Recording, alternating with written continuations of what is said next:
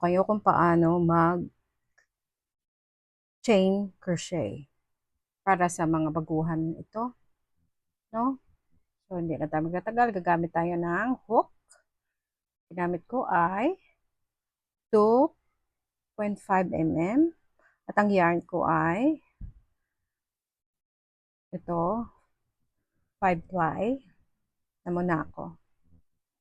Kaya, isa na natin. So, putin natin yung yarn 2 beses sa pinky. Then, ganyan. And then, pabalik na ganun. Ganyan. And, ito, ang thumb at saka yung middle finger, siya ang hahawak. And, ganyan. Pasok lang natin. So, gaganyan ka lang para mabilis. Iko-cross mo lang siya ng ganun. Then, ipapasok mo ito.